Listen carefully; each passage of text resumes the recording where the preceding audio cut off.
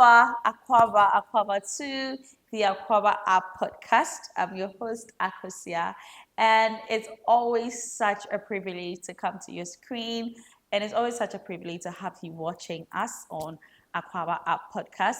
So today I have a wonderful, amazing, magnificent young woman, very, very beautiful, very, very, very, very, very beautiful. When I saw, I was like, beauty. So yes, she would introduce herself. So without much ado, we go to our guest. Ta-da! All right. So, madam, Yes. please introduce yourself. Hi, everyone. My name is Gabriella, aka Gabby Mack. We're sitting here in my hair studio here in Westlands, and I am the owner and founder of Max Hair Studio. Beautiful. And this space is amazing. I just can't wait to show you around, right? So, Gabby, how has your week been? Week's been chill. I think it's been a chill like month, starting off like in April. So yeah. And how's your day been? Like, what was your routine like this morning before you got here today? I mean, it was a little extra because I had to do my face, but on the regular, it's just like get up, maybe get a little workout in at home, and then just shoot over to the shop to start doing hair. Beautiful. Yeah. So when we got here and we entered here, I was like, I'm in a retreat. Like the hair salon, like the space is so chill. It's so calm. Yeah. It's so vibely, right? What actually influenced your choice of aesthetics for the So I space? really wanted it to have the African feel, right? A lot of greenery. That's why you see a lot of greenery. I just wanted to feel like more like a spa vibe. So like when you come to get your hair done, you're just relaxed. Like I know how crazy it can be outside working, taking care of family and all of that. So when you come and get your hair done, you should just be chilled, relaxed, get a nice head massage when you're getting a wash. Sit down, have great conversations. I will have the music playing in the background. So that's essentially what I was trying to go for. And I think kind of got It works. it. It worked. Because the moment I entered, I just sat, I was like, I'm not standing up again. No. This is such so chill and so vibely. So you've been in the US like basically your whole life, Yep. and you recently relocated to Ghana. Yes. What influenced this decision? Well, I've been come to Ghana since I was really little. I did go to school here a little bit. I lived with family too. So it's been a kind of back and forth. But as an adult, I just felt like every time I came back, I felt peace. Like I just loved how overall I felt generally. Like I had like my mental health was good. Like everything just felt really calm as opposed to back in the States, everything is just like fast paced, always moving. And I was like, I think I want that life over the, the fast paced life. So that's what made me like choose to come back. But I mean, this is actually my third time coming back here, like moving back. But this time around, it stuck around because I said I have to start a business now. Like I need to start a business. All the other times was just fun. I got a little bit into media and things like that. But this time around, I was like, I need to ground myself. So that was like, why not start a hair salon? I mean, I've been doing hair for years. So Even in the US? yes, it was always kind of a side gig for me, but I've been braiding hair for like 13 years now. Wow. So I was like, okay, I think it's official. I think I've paid my dues. It's time to open a salon. Yes. So where did you learn the skill from? Was it like your mom? Did you go to like school of hairdressing? None of that. My mom knew how to do very basic hair. I had interest when my mom used to take me a lot to get her hair done at her friend's shop. I would watch the ladies and I was just so intrigued in how they were doing hair. And I would just try to figure it out. I'll come home, I'll try to figure it out on myself, on a Barbie doll or something. And my thanks be to my mom, she actually let me just continue doing. Some parents were like, "What are you doing? Focus on just school." But my mom was like, "As so long as you can focus on school and do that and balance it," she didn't have a problem. So every now and then, like when I started getting older, I'll go to her friend's shop. I'll work over the weekends to just help her. She would teach me certain techniques. When I was here in Ghana, there was always like a local hair salon right by Yeah. our house. I'll go and sit there. I'll just watch the ladies in awe, like, and Wow. just constantly learning and just practicing on myself. And I was like, if I can get it on myself, like do it to my own hair, I can do it to anyone. So that was just really much my motivation. So I just taught myself. Wow, that's actually really great. Yeah. That's absolutely great. So, you were talking, right, and you were like, in the US, you would do hair, but you do it on like a part-time Yeah. basis. So that means you had like a 9 to 5 job. Yes, I did. And what was that 9 to 5 job? So I studied HR. So most of that was either like an HR assistant or recruiting. So that was pretty much what I was doing. I mostly work in the healthcare industry. So that was my 9 to 5. I mean, I went to school for it. I enjoyed it, but I had more passion in hair. So yeah, that's why I chose, this career path. That's nice. Yeah. So when you came to Ghana previously, you said that you come spend like the holidays, then you'd go back, and there was a brief time. I think I was talking to you earlier, and there was a brief time you came to Ghana for like a short while, but you went back again. But this time around, you've come, and how long have you been here? I think it's been like 8 months or 9 months or so. 8 months. Yeah. All right. So is this the longest? No, prior to schooling for a short while, is this the longest that you've stayed in Yes, Ghana? this is the longest. All right. And what's some of like the challenges or some of the shocks that you faced as like moving? Because I mean, when you're coming to Ghana with a mindset that, oh, I'm going to chill for that to December and I'll be out of here like 2 weeks or a month, Yeah. and then you're gone, right? You don't really get to experience having to deal with like a plumber who is not coming to the house or something, right? But this time around, you've been here for 8 months and it looks like you'll be here longer.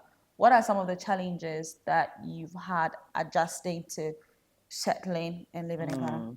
Yeah, I learned that very quickly that I'm not on vacation mode. So like the first time I came around, like it was just I was having too much fun. I still felt like I was on vacation. And then like it hit me very fast. It was like if you keep living this life, you're not gonna survive here. So I realized like I had to change my mode of how I move my day to day, even like how I eat. I was like, okay, you need to go back to cooking at home and not just going out to eat all the time. And but then because I wanted to focus more on media at that time, it felt easy because I was like, I think people would like to watch my day to day and what I was doing here and things like that. So that part was nice. But what shocked me was like you saying, like when you now have to find an apartment, Yeah. dealing with a landlord, dealing with, even when I moved back to start the shop, having to deal with so many different workers, a plumber, electrician, a painter, and the work lifestyle here I felt is what really shocked me because like I said, back home everyone is like very fast paced, like every minute counts, like because you're getting paid for it, right? So people are strolling in for an appointment that's for 9 at 12 or so, and that was driving me insane. And even though I wanted the slow paced life, it was too slow for me in the beginning. Like I was like, why is everybody moving like this? Like I'm not used to this life, especially living like growing up in New York. I grew up in New York and Jersey, and growing up in those cities, they're very fast paced, super fast paced. So coming here was like, wow, everybody's moving like turtles for me. And I was like, okay, but Gabby, you have to get used to it. This is how the life is here. You can't expect them to move on your pace. So I did a lot of like talking to myself to kind of tell myself like, okay, you need to adjust. You need to adjust. That's the only way you're going to be able to live here. But talking about fast paced, right? Like culturally, I don't think it's something that is like prevalent like in the whole of Africa, right? Like, oh, it's because it's Africa or something like that. But I feel like culturally, Ghanaians are known to be like Laid back. Yeah, laid back and slower, even compared to like our other African counterparts, right? You meet a Ghanaian and you're like, oh, Ghanaians are like the most chillest people, like really cool and really laid back. But do you think there are any benefit that we could get if we were a little bit like, a little fast paced? Yeah, I think, I mean, just with a little bit more like intention. I think that's what it is. If you have more intention to get things done, I think that would help a lot of people. A lot of people, businesses would be better, just like because you pay attention to more things. For me, like I'm big on customer service because that's what I've worked in that field for a long period of time. So how people experience certain things matter to me. So me moving at a faster pace to get something done for someone, I think looks good on your business. So I feel like if people kind of have a little bit of a more, intention and fast pace, a lot of stuff can get done and probably done better. I think if we require more from each other and just not say like, oh, this is just how we do it, so just leave it. Yeah. This is how we just leave it. I'm like, we keep saying that things will always just remain the same. Yeah. But like if we like kind of pick ourselves up and hold ourselves accountable, I think things will get done better. Yeah, that's absolutely true. I mean, you just mentioned something about like booking an appointment and you're working at 12. Like I've never, you know, we just walk into the salon and we don't have to like book an Yeah. appointment to get into the salon or something like that. So, I mean, most Ghanaians are not even used to the fact that you'd have to book it. Yeah. And if you book it, you have to show up at that time because someone else have booked For another the time. time Yep. that you think you'd be okay to come in. So, I mean, I think that's like a long way for you to go. Like it's a long way to go for Yeah. you, particularly in a country that like people feel like, I'm sitting in a house, I'm not doing anything right now. I cannot go to the salon, right? Against like I have to plan and then show up at that particular Yeah. time. Looking at like your socials and then your YouTube channel, I realized that you're in a very creative phase as well. And right now, you also mentioned about coming to Ghana previously and delving into media, right? Yes. So I can assume that you're also in a creative space. And I mean, one thing I do when I'm coming on a cover, obviously, is that I do the most thorough of researches of my guests, right? Yes. And I chanced on a page that is a music page. Okay. Yeah. I chose on a page that's a music page that you co-founded, Yeah. right? And can you tell me a little bit about that? Yeah, so the page you're talking about is called Just African Music Jam. So I started it with one of my really, really good friends back home in the States. And we've just always had this strong urge for always wanting to listen to music. Like, I know people are addicted to so many things. I'm addicted to music. Like, Wow. literally, I have to listen to music all the time. You can ask the girls that work with me, like, Madame is always turning her speaker on. Like, I need to listen to music. So we love, like, delving into like finding new artists and listening to their songs and their sounds and things like that. And it was like, oh, why don't we start a page where we can push upcoming acts, because we really love like going to their shows. Like, I think it's just more intimate and things like that. So I think I've worked with a couple of musicians in the past and promoters and things like that. So I'm like, okay, we have a few people under our belt that we can like start working with. Let's go to the shows, record, have an interview backstage, or we have like a one-on-one, like we do a different interview with them talking about their new album, a show that they're going on tour, something like that, for people to kind of get to know the ins and outs of starting music. Like, we don't really talk much about how it starts and to up to like where when they get really big. So we were like, oh, let's just do that. And then our focus was really Afro beats, like African music in general. I don't want to just say Afro beats. So we started doing that, and it was just like it's our love for just listening to music that we're like, I think it would be cool. People would be more interested in finding out more. And I think we felt like it was our duty to kind of really push a lot of these artists, because most times you just really don't hear much about the ins and outs of an upcoming artist. You just hear more of the A-list artists. So that was where our focus was really on. So we started doing that. But because I also moved here, it's kind of like we had a break, but we're working on getting back to that. So she would focus more on the acts in the States, and I will focus on acts here in Ghana. That's So nice. yeah, so that's what we want to do. Even before I came, we had a session where we call a jam session. We had about 4 to 5 acts. They came to one of my friends, who he's a Ghanaian. Also, he owns a cafe in Jersey, and we booked the cafe, and we brought the artists, and we had a bunch of people come through. They bought tickets, they supported, and they came to watch the acts, and people got to learn about artists that they've never heard of, and they live in the same cities as them. Wow. So that was like ultimately the goal, because I feel like there's so many acts out there that nobody knows about. Yeah. So that was really our goal. Like, even when we can't go to certain places, we will interview them on like Instagram lives. Every now and then I will have maybe like one of my friends that is much of a top artist will come and join our conversations. We try to bring other creatives like DJs, like photographers at these shows, promoters. Like, we just want everyone to kind of get an idea of like what it is, like what it takes, because sometimes people they don't respect the craft. Yeah. So that's what we were really trying to put out there. So yeah. I can't wait to see what you bring down here, like to Ghana, like to Africa in a whole. Because, I mean, for the past couple of years, right, I've actually seen Africa really be head off more by people outside to know that okay, Africa is this. It's not like what we thought, Mm-hmm. and most of it was influenced by the power of music, right? Yes. So I mean, I just can't wait to see what. Stay tuned. Well, yes, exactly what evolves from that side of you, Mm-hmm. and clearly, I can see that you're a really creative person, like into music, into like when it comes to your YouTube channel, etc. Obviously, you're a person who is very interested when it comes to arts, right? Yes. Now, how do you blend your Ghanaian background and also your diasporan background to express yourself? Like, how do you express yourself having been exposed to like two very distinct cultures? Yeah. It definitely took time. It took a while for me to get to that point. I always tell people when I was in America, I was not American enough. When I'm in Ghana, I'm not Ghanaian enough. So it was always a challenge to kind of figure out like where I fit.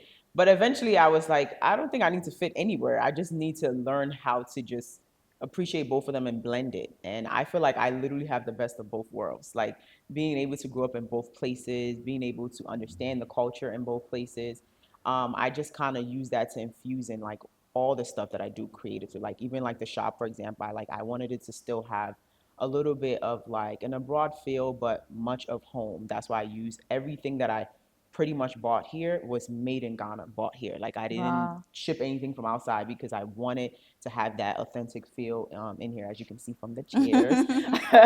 Yeah, So beautiful chairs, very yeah, comfy. so like that was, essentially like those are some of the things. Like even in my personal home, I like to have like certain like things that remind me of the States, and then like artifacts that kind of remind me of Ghana too as well. So I've just infused both of them in pretty much in everything that I do. That even like when I have like in my YouTube channels, I talk, people are like, oh, moment you sound very American, then I switch to like a Ghanaian accent. Like I love just having the two. So like I let everyone know that I have the two. Like I Yeah. don't show one more than the other. Like when you meet me, you will sense the American in me, but you can sense that like, no, this girl, she's a little local. She has some Ghanaian, in her. Yeah, I like that. Yeah. So Yeah, beautiful. mhm. So, I mean, in your creative space, how do you draw your inspiration before you create something, before you create your content or whatever that you come up with? What are the processes that you go through? Where do you draw your inspiration from? Where do I really draw my inspiration from? I don't know. I feel like I just get a lot of crazy ideas. I'm those type of people, like my ideas come in the morning. As soon as I wake up, I don't know if it's in a dream or what, but it just comes. And then I just start thinking through it. And then I'm just like, okay, would this work? Would they be interested in it? But sometimes it can be tough because I end up talking myself down. Because I'm like, I don't think they would, would vibe with this. Because I've tried numerous things, or like even on my YouTube channel, on my Instagram, just to see if people will vibe with it. And if I see after a while it's not working, sometimes I discourage myself, and then I move on to another thing. So I don't really think I have any source of inspiration per se. I guess whatever I like, whatever environment I find myself in, the people I find myself with, certain conversations kind of just spark certain things for me. So even like when I have a day with my girls, like I'm like my off day, we just go and chill and just have conversations. Sometimes I'm like right then and then I'll just take my camera out and start recording just the conversations we having, because I'm like, oh, I think people would love to hear this. Yeah. So I think it's just kind of what like I kind of feel at the moment, and yeah, that's pretty much where I go off of. What is one cultural shock that you've received since relocating to Ghana? Like Hmm. culturally, like a cultural experience that you've had and you're like, ah. I don't know. I don't think I really have any, because I think I've been coming to Ghana so much. I don't think anything really shocks me anymore about this Really? place. Like, no, when it happens, I'll just be like, huh, I'm in Ghana, so I just go with it. I think like for my family, most especially my mom, she would come like, why is it like this? I'm like, mom, it's just like this. You just gotta go along with it. But I don't think I really had any. Like I think it's because of the fact my mom really pushed us to come back and forth a lot. It helped me just kind of like adjust and understand a lot of things. So I don't think nothing really shocks me anymore. Yeah. Well, well, so are you able to like speak any of the local languages, like Fanti, Tree? So I'm not fluent. I'm not fluent in it, but I know how to say certain phrases, have certain conversations, but I understand everything. Like my mom pretty much spoke Fanti to us the whole time we were like growing up. When I Wow. go see my family, everyone pretty I much love your mom. they all speak to me. I'll just respond back in English. Every now and then I'll throw, but it's I grew up with my grandmother's sister too for a little bit in Kumasi, so Mm, she taught me tree. So like I kind of mix it together, the tree and the fancy. Like mm. it's just I understand. That's why I like it's good enough for me. If I was to Yeah. go outside and I needed to purchase something, I know how to say certain Yeah. things that I'll feel like people will understand me. But I think the great thing about Ghana is that most people here understand English Yeah. to a certain Yeah. extent. So like Absolutely. maybe I may have to just slow down how I say, and like Mm, maybe kind of move the accent a little bit so they can understand me. But I think I can pretty much yeah. like anyone can pretty much survive here in Yeah. Ghana. Yeah. Yeah. That's absolutely true. Have you visited like any of the? So you visited Westin, Uh-huh. Yes. right? And we are in Greater Mm-hmm. Accra. But aside the, and then you visited Ashanti. Yes. Mm-hmm. Yeah. So aside these regions, have Mm-hmm. you visited any of the 16 regions? To be honest, I don't really know them offhand, but like some of the places I've been to, like over time, I mean, I've gone all the way to like Kintampo Falls. So I don't even know which region that is in now because I know they've like added extra regions. Kitampo. It's Yeah. like Bronga Hafo. Is that bro? Yay! Is that bro? Yeah, Okay, Bronga so yeah, Hafo. I've been all the way there. Wait, it's no longer called Bronga Hafo. It's not called Bono, right? Bono region. Okay, so And then they have I've like a Hafo region. I was out of school when they did that. then So yeah. I never So I learned to don't. I thank that's what I'm saying. I don't them. even know the regions anymore. But like I've been to like Wenchi, Techiman, the Kintampo side. I mean, all around kind of Kumasi, the western region. I've gone all the way to like Axim. Mm, I mean, I've Volta side. I've been to like the Shy Hill side. I've like the Royal Senchi side, all along that way. Where else have I been? Yeah, Brie and stuff. Like I think that's mm. like was that considered Eastern or Yeah, that's okay? Ebre Yeah, is Easting. yeah. So maybe I might say maybe six I regions can or so. tell you for a fact from credible source that you've traveled way more places than me. Born and raised, stayed in Ghana.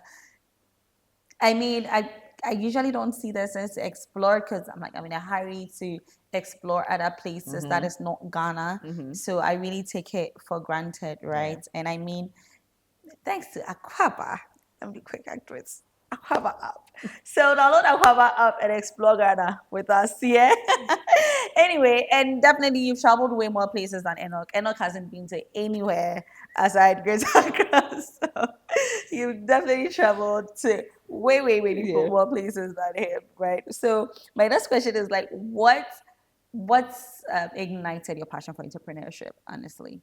I think it was always kind of really in me. I've always saw myself to eventually own my own business. I didn't know which direction I would kind of head towards in the beginning, but I've always seen myself being like my own boss. I just like I know it's like more work. They always say like, it's more work. People think that it's easier when you own your own business, but no, it's actually more work than the 9 to 5 job because you're literally everything. You're the boss, you're the manager, you're the content creator, you're literally everything. So it's definitely more work, but I've found myself in a lot of leadership positions growing up, like all through school, high school, college, and everything. So I think it comes natural to me to just kind of lead. So I know that like eventually I was gonna get there. So after like I want to say like 2 years ago was really when I was like, okay, I think I can really get into Mm, being my own boss. I mean, I've always had side businesses. Like I've sold like I used to when I come to Ghana, I used to buy like a bunch of like intuma, waist mm, beads, shea butter, all of that. I would take it and I'd go back and sell it. So like I've always been doing little gigs here, little entrepreneurships here, but this was ultimately like the big one. So I think it's kind of always been in me. So my family wasn't really surprised when I said, okay, it's like mm. I really want to like now start my own business. So yeah. And how's the journey been so far? Is it like very smooth? No, Or don't let anybody lie to you. It's not gonna be smooth. I think even if I had chose to even open my salon in Ghana, I mean in the States, like it still wouldn't have been smooth. It was definitely a lot of bumps along the way. It's a roller coaster. You learn, you live and learn. Different things will come up. You have to learn how to handle different situations, and you're dealing with people at the end of the day, and people is what made this happen. You know what I'm saying? yeah. I can have an idea, write it down on paper, jot everything down, but the people that I worked with are what made this happen. Like they Mm. had to see my vision. So if you don't know how to work with people, it will be a struggle for you. I mean, good thing I'm in HR, so I know how to work with Yeah. people. So I think, yeah, that's one of, yeah. Yeah. So I mean, challenges in working, like when it comes to working in Ghana, right? It's not going to be the same challenge when it comes to like working Hmm. or setting up a business in the US. So, Yeah. what are some of the challenges that you have faced just by virtue of you setting up a business here in Ghana? I think my biggest challenge was getting the people to work according to when I needed them to work. So like I had a timeline that it should be done by this time, and then people will call and say, "Hey, I can't come today. I have to come tomorrow." They come tomorrow. They come like 2 hours later, and then everything just like changes because like they just constantly changing your timeline because they're not working with your timeline. So eventually, when I realized I'm like, Gabby, you're gonna just have to adjust and work with these people. It kind of structured how I wanted to work with my staff in the shop. Yeah. So I let them understand that like their opinions matter. So like I have meetings with them, like what do you think we can do? What do you think we can build on? What do you think we can change? What do you think we can keep? So like I like to hear from them. So that was something that I feel like it was new to them also. So I'm like I'm trying to understand how I can be a good boss to them, but how they can also return be good employees to me. Mm. So that was something that we kind of had to like talk, and I think now they kind of understand my vision as a whole. I think when most people don't understand your vision, they don't help you. They actually kind of pull you down. Yeah. So them understanding and knowing the role that they play. And I've also told them like I know you're not going to be with me forever. You're going to make other plans. Maybe you start your own business at the end of the day. But like when you're here, you matter, and like everything that we're doing together to make this happen. So like I think they feel like it's kind of their home too, and that's what I like. I want them to feel. I don't do that super strict boss. It don't work for me because it never worked for me as when I was working too. So like I don't micromanage or anything like that. I'm like pretty free with them. And at first they were a bit timid and stuff, but eventually that they open up. I realized when they talk to me, we get through things better than Yeah. me just like them being quiet and just assuming certain things and Yeah. not so now they know what they're expected of and they pretty much do it. So yeah. And what are some of the biggest wins you've had? Wins. I mean, just opening the shop is a win, just opening. And when we opened, it was literally the peak of December. Like we started like last week in November. So when we opened up, it was when everyone was like coming to town. So I was so overwhelmed with the joy and the support that I got. Like, and I got surprisingly, I got a lot of support from my YouTube people. Like they Wow. came through, even if they didn't come to do their hair, they came by to say hello. And for a new shop, we were busy. Like we were Wow. busy. December and January, we were busy. And it's scary to start a new business. Nobody knows you. You're trying to build a name here. And I realized here in Ghana, like it's kind of who you know, and it's like people follow trends. And if this person went here, this is where this person is going to. So it's like people don't really know me. So I'm like, for even people not knowing me, I feel like we're ultimately doing like a decent job. So I mean, I feel like that's a win because some people would like open and maybe not make good sales at all. But I think Yeah. we've ultimately done pretty decent, even in this slow season. Because people was like, "Oh, February, March, it's kind of slow season for Yeah. Ghana." Then it picks back up, around Easter, and we felt it a bit. But like even that, we were still like, still pushing through. So yeah. That's nice. That's really great. And in what way do you envision yourself contributing to the business landscape of Ghana?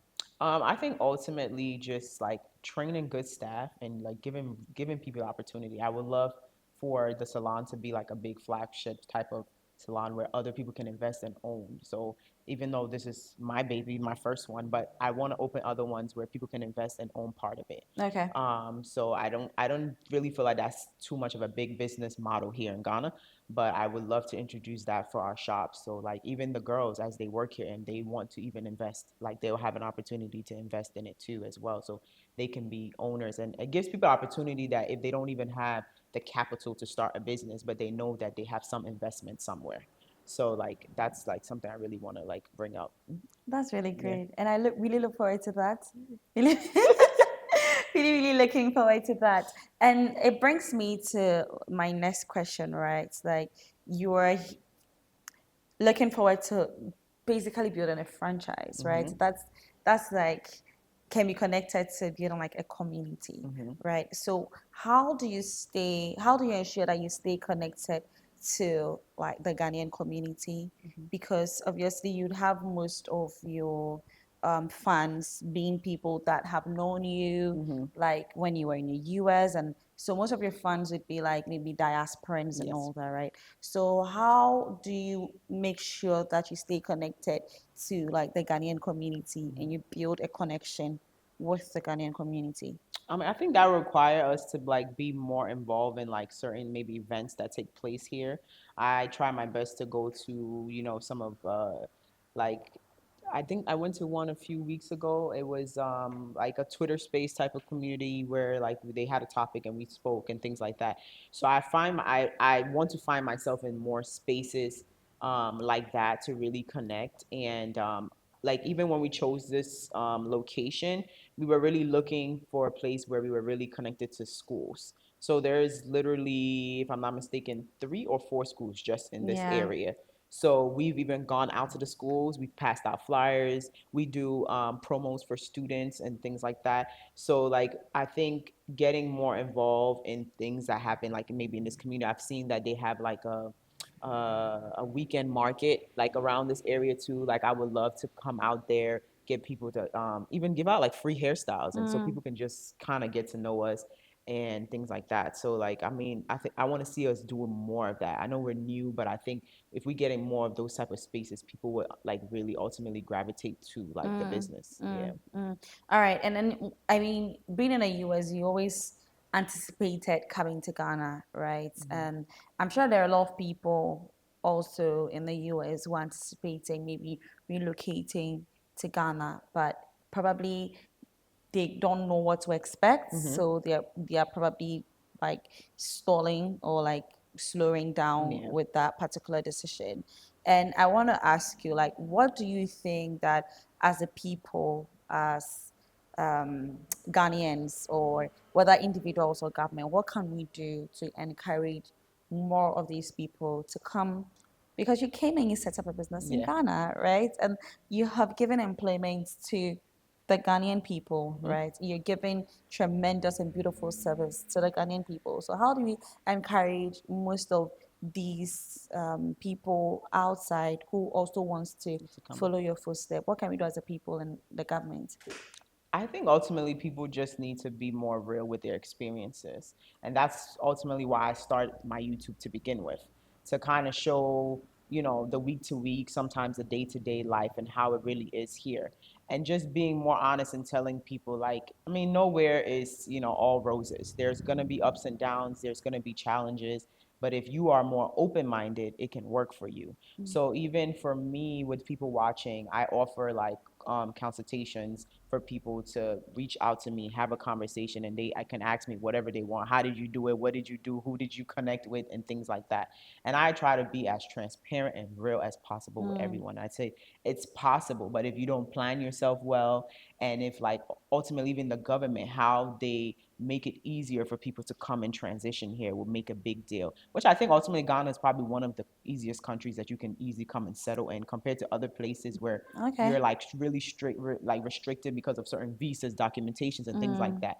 Ghana's a little bit more lenient when it comes down to things like that. But ultimately, even as a people, just everyone being educated and open to hearing about other people's cultures. So I went to a talk where they were asking if diasporans and Ghanaians are friends, and most people said no, and I even said no because Why? I think that people don't actually really put in the work to understand each other. We have different backgrounds and cultures. So I think if people are more open minded and not thinking that, oh, the American is coming here to feel like he can change everything and fix here, right? So that's what most people think that here. They think that's what the people are coming here to do, or coming to take their resources, Yeah. right? And then maybe vice versa, the person here is like thinking like, I mean, sorry, the American coming is thinking, I just want a better life. I want to live healthier, and I know that I can do that here. So I think if we have more conversations and talk about what our intentions is in terms of coming, and especially for us coming back here and not thinking that we can fix everything. You can't fix, but I think you can contribute to help. So I think like even with my business, like I can't fix the whole business economy here in Ghana, but I can contribute by at least even giving one person a job. I am happy. Like I'm happy that I'm able to do that. Right? So I'm not trying to fix anybody, but in the process, while I'm contributing, I'm also teaching, because naturally I feel like I'm a teacher. Like that's ultimately what I want to be when I was little, like a teacher. So I like teach the girls when I talk to them about certain things. I'm like, I ask them questions. Do you know about this? Do you know about this? They're like, oh no. Then I teach them. I'm like, okay, maybe you should research it, read more. Like even in our hair business, I tell them, go on YouTube, watch videos, like update your skills, like learn. I'm always learning new things. I don't know everything, things are changing. So like I try to teach them, encourage them to do things like that. So I think that's what we need to do more of. Absolutely. Right? And then like listen to each other and see how we can really like make it work. Like what I can bring to the table, what you can bring to the table, and how we can ultimately help at the end of the day. So like the helping is not going to only come from just people abroad. So even I talk to my friends abroad and I tell them like, if you do want to come back home, which I totally encourage everyone to, but come back, go learn, go out there, get the education, all your skills, come back and teach those who don't have an opportunity to go out there. You can't come and harvest all of that to yourself and then like just sit here. So you got to come and you have to give back in some way. Some people, they're giving back is just giving money to orphanages and things. Some people, they give back is starting a business. So you have to find how we can like all contribute, and then like I said, communication at the end of the day. So Awesome. Thank you so much. Actually love the mindset that you're coming with. Like, it's not like you're coming and then I'm going to be the one who's going to fix the entire problem of my country. But in given employment, you're contributing to something in teaching people what you've been able to learn, because probably you've had like a better resource when it comes to education, right? And then you're able to teach them who may not have that same privilege. I mean, that's a very, very brilliant way to go about it. And also, lastly, right, last but one, last but one, right? I mean, people come into the country and they don't know what to do, right? Like, they don't know what the places to go. They don't know what is happening, right? Their best bets would probably be what is happening on socials, or maybe hopefully find a good tour guide online, right? How well do you think technology can help make settling, or even as for vacation, right, in Ghana, a smoother ride? Oh, it can help a lot. Even when you like reached out to me and like I looked into the app, I was like, this is amazing, because I've always thought to do something like Yelp. Back home, like we have the Yelp app. You can literally find anything there, right? Restaurants, like events to go to, but people are able to leave reviews. So based off the reviews, you can say, okay, I will go to this place, I won't go to this place. But at the end of the day, it keeps a lot of business owners on their toes, because they look at these reviews and it's like, okay, I'm not doing well. I need to better my business so that people can like come to my business and things like that. So I feel like if we have more of that here, like the whole technology here in Ghana, it could really ultimately shape a lot of things, and it can make people more accountable to make sure that they get stuff done. Beautiful, right? that's true. So I think like for example, like delivery service here drives me insane. Like, it drives me insane. Yes, we have them, but I still feel like it's too relaxed for me. Like then again, I know I'm coming from somewhere that works pretty fast, so I gotta understand. But like it would be nice to like know that if I order my food, I know I'm gonna get it legit in 30 minutes. But sometimes you get a whole delay because the rider just doesn't want to move. He's not being held accountable, so that's why he keeps doing it. And then usually when you call, it's like he has an attitude as to why you're rushing him to bring your food. Exactly. I'm rushing to bring my food because I paid and I'm hungry. You know what I'm saying? And the food's gonna get cold. So I think with technology, ultimately technology being like coming into play, I think it will help so much. Like even what you guys are doing with your app, Like it will help a lot of people transition here so much easier because you don't have to ultimately always rely on someone to tell you that you need to go here. Yeah. Because I'm a type of person, like I like to do the research myself. So I will go online, I'll find places. Like anytime I travel, I'm looking for places myself, you know. So if it was easier for me to just go on one site or one app and I can get everything I need, I get the reviews. I mean, I see that's a good spot and everything. I think like yeah, I would love that. So I think technology can play a huge role, and I think that's even a lot of space for people to come back to even start these type of Yeah. things. So like I tell people when they come to Ghana and like they're not sure what they want to do, look at what you see is lacking. What is lacking, and that's the way to penetrate to get into business. Well, So some people all just come with their, oh, I'm so passionate about opening a restaurant, so that's all I want to do. There is a million and one restaurants in Ghana. Please. Yes, it's nice to open up, but we don't need it anymore. It's okay. It's okay. I think that there's so many other places that people can yeah. start businesses. So if Yeah. you come see what you think is lacking, I think that's a way to like even get like, for example, like I've told someone like, I mean, you see the street lights, half of them don't work. Half? There's Okay, another there's more than half? half. They don't work. They don't So work. so I'm like, I'm They telling don't someone work. like this, that's a business opportunity. I don't know how you're gonna get it and what you're gonna do, but if you can create something, some type of solar system or something that you can pitch to the government for them to use to at least always give us street lights, it would be amazing. I'm sure there's somebody who has the funds to start something like that and the ideas and the Yeah. innovations to do something like that. So like these are saying like as you're exploring here, what do you see that is lacking? That's the only way we're gonna like make this place better. All right. Yeah. Great. So actually, when Gabby was talking about like app and what Aquaba app is doing, my head was swirling. I'm like, yes, why haven't you downloaded Aquaba app? Honestly. So basically, you download the Aquaba app, and then with regards to your location, we can recommend places that you can go, sit, have some fun. Also, you can get to know the events that's happening around you. You can buy a ticket. Like Aquaba app is actually a gold mine. So I understand why you've not downloaded the app. So you should. Now, back to the main conversation, right?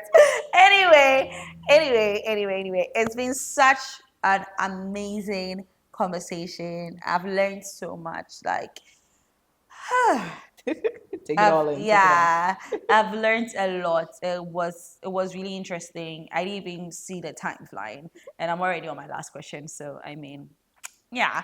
Anyway, so my very last question is: somebody wants to follow your exact footstep, right? Leave their 9 to 5 job in the US or Europe or wherever that it may be, and then come set up a business in Ghana, like a business you're probably passionate about. And yeah. What is that one advice that you give that person? Plan, plan, plan, plan. That's like all I can literally tell you. Sometimes it would take longer than you expected. I've had conversations with people and they're like, yeah, I think I got it all together. And then it was like, no, I think I don't. I think I need maybe an extra 6 more months. Take your time and plan. When I started, I rushed. And that's why I had to go back and start all over again. So I think to avoid the starting all over again, take your time. Like even if you come to Ghana, like those who come during the December, you're gonna get that like that vibe, like, oh, Ghana is the place. I love it. I gotta move here. It's great. It's a great feeling, but you might, regret it if you don't plan yourself well. Yes, because Yeah, you're Ghana is not always December. exactly. You're on vacation mode. You're having a blast. There's a lot of things that's going on, and like it's going to make you. You're gonna feel the high, and you're gonna love it. You're gonna feel the Ghana high. But if you don't come, I tell people come back multiple times. Come back at different times of the year to kind of get a Yeah. sense of how this place is at certain times, and then you can like ultimately start planning. Like how do you essentially see your life here? Like a certain lifestyle will be based on how much maybe money you will bring when you're coming here and things like that. So I think ultimately for me, like I know that I wanted to still live comfortably, but I still assimilate myself Yeah. to, like the local living and things like that. But as time goes on, I know like I'm like, okay, I need to make myself maybe a little bit more comfortable. Maybe get in a car will make things easier. Like you don't have to rush and do everything at once. So I think a lot of people think that's what they have to do. So they would literally pack everything they can and like they're like, okay, I got everything, I'm good. You're gonna get here and realize there's a lot of stuff you still need. Yeah. You still need. So planning yourself well, doing the multiple back and forward. You don't ultimately have to pack everything and come the first time. You can do multiple back and forwards. Like I said, I've done this 3 times now. So if it takes you 2 trips, it takes you 3 trips, take it. Take your time. Make sure you find the best place you want to live. The best location for your shop, the best location for your kids, like schools to go for your kids. You need to do your research, and all of that just boils down to planning. So like I've talked to couples where the husband or the wife is the one who's made the first move and putting certain things into play while they handle whatever else is back in the States or wherever they're coming from. So it's just planning. I think it's just taking your time and ultimately planning how you envision you living here. Yeah. Hi. Hi. I mean, thank you so much. So, guys, we are done. I know you're shocked. I'm as shocked as you are as well. Anyway, thank you so much for joining us. And I mean, if you enjoyed this conversation, download our Aquaba app. That is the way for you to say thank you to us for bringing this very insightful conversation to you. Also, like, comment, and share. Yeah, I just wanted to chip that in. But before we go, my sign out question is Max. Where from Max? So Max is okay. So I didn't give you the background. I used to dance years ago. Hey! I used to dance. I used to perform with like a lot of artists when they come into town. A lot of Ghanaian artists actually. Let's go back. Let's not brush over this like you just didn't say that. Like you were like on the stage, Yes. professional dancer. Yes. Ha! I should have known that. How come I didn't know that? That's because I've kind of scratched that whole life off my socials, so you won't see it because I've hit a lot of it. But those who like know me for a long period of time know that I used to dance. So it was my stage name. Gabby Mack was like my stage name. It was actually Macintosh, and I just slashed it and made it Mac, and it kind of stuck. It wasn't intentional. I kind of like it was my Facebook name. And everyone started like when I started getting a little popular, people would see me like, "Oh, Gabby Macintosh." Gabby. And I was like, "Oh wow, this is cool." Like people like it. I was like, "Okay." And I was like, the Macintosh was too long, so I shortened it. I made it Mac, and then like it just stuck. And I mean, I have people think like, "Oh my God, is that your surname?" I'm like, "No, it's not. It's not at all." But it's just been a name that I really enjoy. I love it. It's just like it's like my brand, so I just left it. So I was like, yeah, why not name the shop? After me. It wasn't initially. It wasn't. I had a whole totally different name for the shop, and then my friends were like, "Why? Like why? Just name it after you. Like I mean, this is your baby." I was like, "Okay, sure." I was like, "I think Max work, and yeah." And I like the fact that when people see it, they don't ultimately think it's owned by a woman. Yeah. Yeah. So I love the confusing people. I realize that a lot of women here like gravitate to men doing beauty work, like doing nails and hair and stuff like that. So I'm like, oh, if they think that is a guy, they might just walk in. So yeah, and be positively surprised. Yes. Yeah, beautiful. So, what is the plan for Mark Studio? What should we watch out for? I mean, ultimately now I really want to just grow this place, really get it established, make it a home for a lot of women to come and do their hair.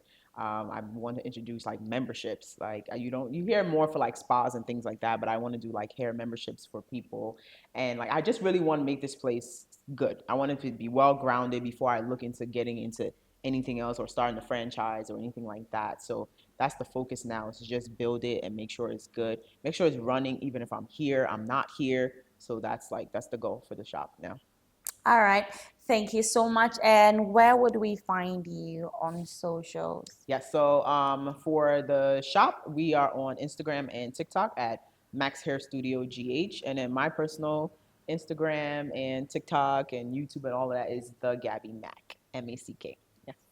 All right. So thank you all so much for listening to us. I hope you've learned a lot because I have. And it was such a delight, like sitting here feeling all bougie. Yeah, at Mark Hair Studio. So if you would want to come here, it's located at Westlands. It's in Chienya Irakwan. You'll find a place, or you could just insert it in Bolt or whichever taxi hailing ride that you probably be using. Just insert it in, and you definitely find here. And I can assure you that you definitely be very, very, very impressed. Thank you so much. My name is Akusia Doma, and you can follow Aquaba app on aquaba.app on all social media platforms, Facebook, Instagram, anywhere, just name it. We are there. Thank you, and catch you next time. Bye. Download Aquaba and experience Ghana. Aquaba app, AI for Africa.